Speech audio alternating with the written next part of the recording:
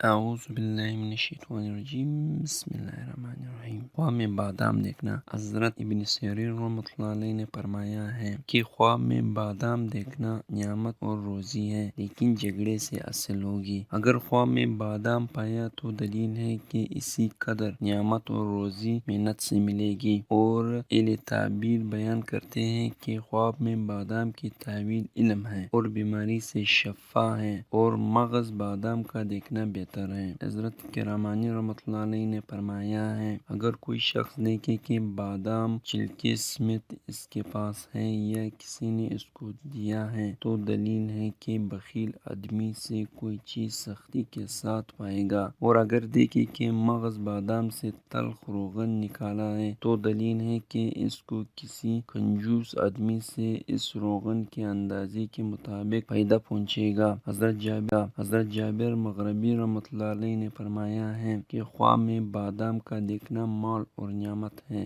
لیکن اگر بادام کو چھلکے کے ساتھ دیکھے تو دلیل ہے کہ مال سختی اور رنج کے ساتھ ملے گا، اور اگر بادام کو بغیر چھلکے دیکھے تو دلیل ہے کہ مال آسانی کے ساتھ ملے گا۔ حضرت جابر صادق رحمۃ اللہ علیہ نے فرمایا ہے کہ خواب میں بادام کا دیکھنا دو وجوہات پر ہے۔ اول پوشیدہ مال حاصل ہوگا، دوم بیماری سے شفا پائے گا۔